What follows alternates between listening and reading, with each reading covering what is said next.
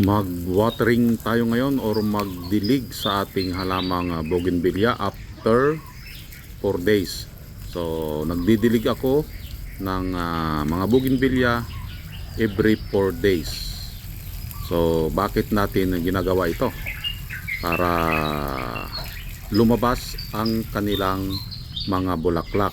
Isa yan sa dahilan kung bakit tayo hindi araw-araw nagdidilig sa ating halaman na bougainvillea.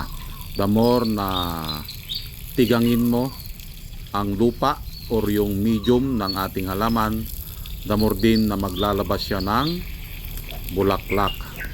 So yun ang sekreto ng bougainvillea. Kapag ito ay gusto mong mamulaklak, huwag mong gaanong diligan.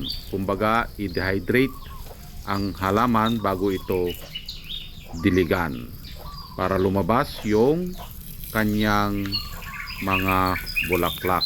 So maraming nagtatanong dyan, paano mo napapamulaklak ang isang bougainvillea?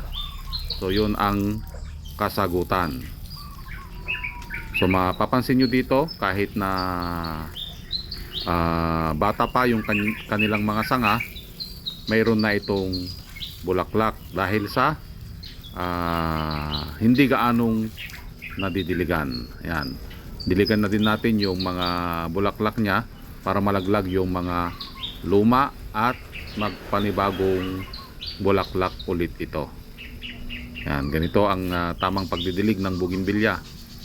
So napapabayaan pa dahil nakita nyo naman may mga damo sa kanyang mga paso.